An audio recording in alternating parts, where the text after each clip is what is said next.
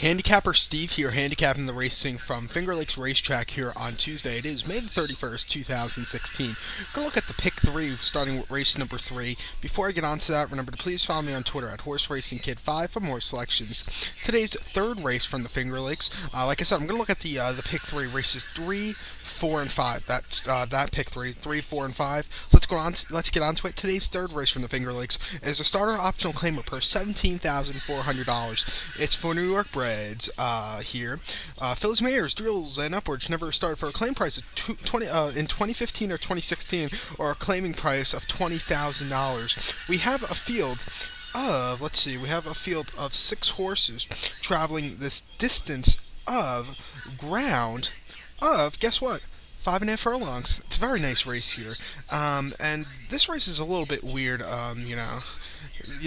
this could either go a few ways, I think.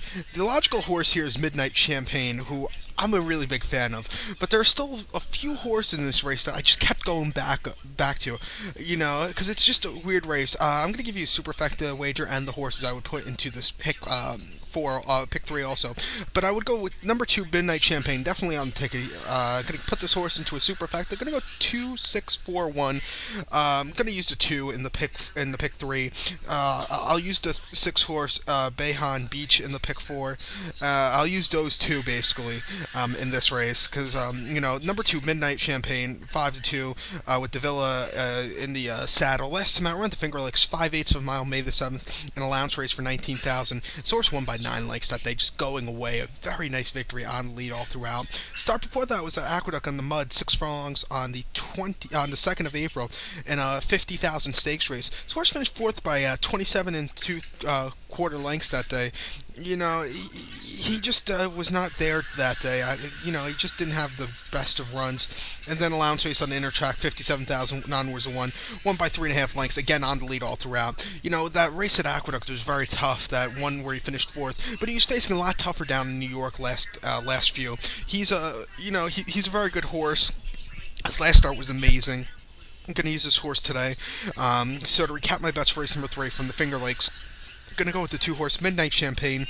I'm going to do a superfecta 2-6-4-1. 2-6-4-1. I'm going to use the 2-6 also in the pick 3. So let's get on to race number 4 from the Finger Lakes, which is a claiming race, purse $9,000 for 3-year-olds and upwards. Never won 2 races. Going for a claim price of $5,000 here. We have 6 horses traveling 1 mile here on the main track. 1 mile, 1 lap around the Finger Lakes Oval. And my top selection, I'm going to go to the inside, and this will be my single most likely, and that's the 1 horse National Buck at 7-5. Again, Davila in the saddle. Going to go 1-3-6-5. 1-3-6-5 in the super here.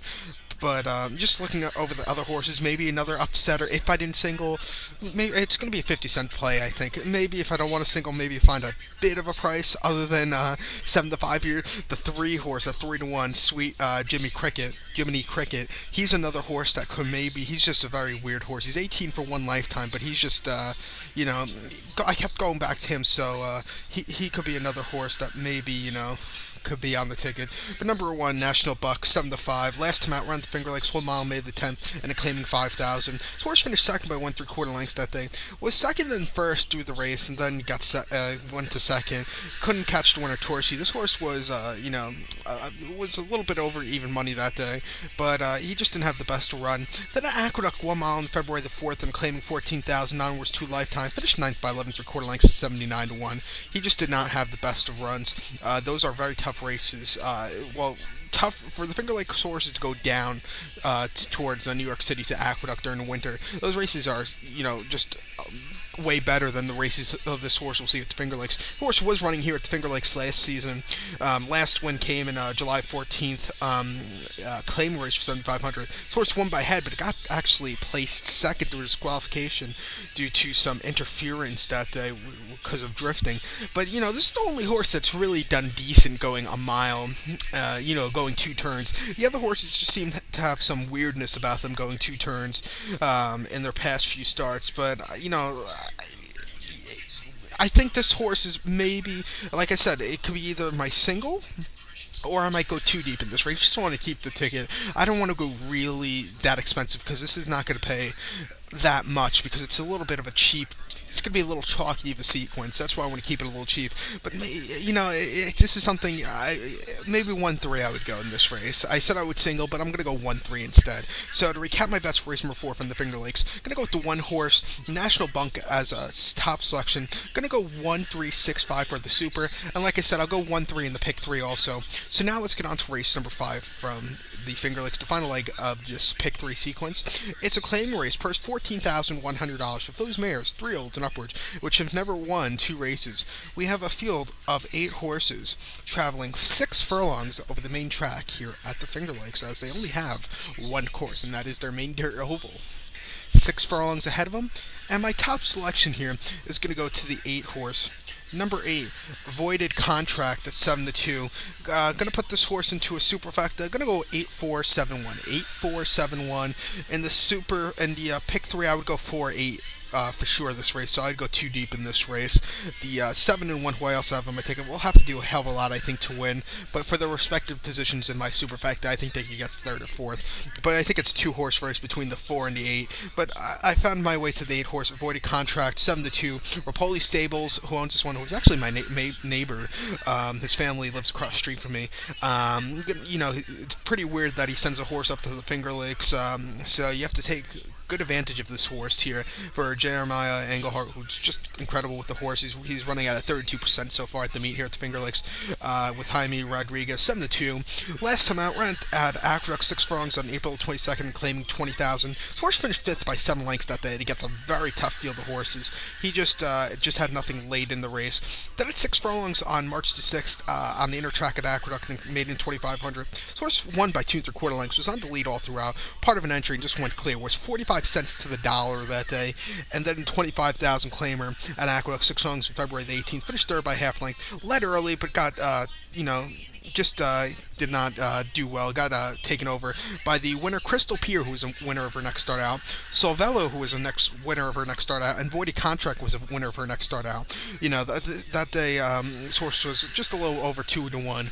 But I really like this horse here. I love horses that used to run here down at like Aqueduct or Belmont and ship up to Finger Lakes, even Saratoga, because those horses just really are a romp. It's beginning of the pick 5 also. If you're gonna play the pick 5, I'm probably not. I want to save the money for the summer, so I'm going to play these pick 3s here and again, and so if you want to play the pick 5, this 8 horse is a definite use. Looks very hard to beat here at 7-2. Was facing a lot tougher down south in the state, and then for this claim price, the lowest of his career, he should really be a very good horse here.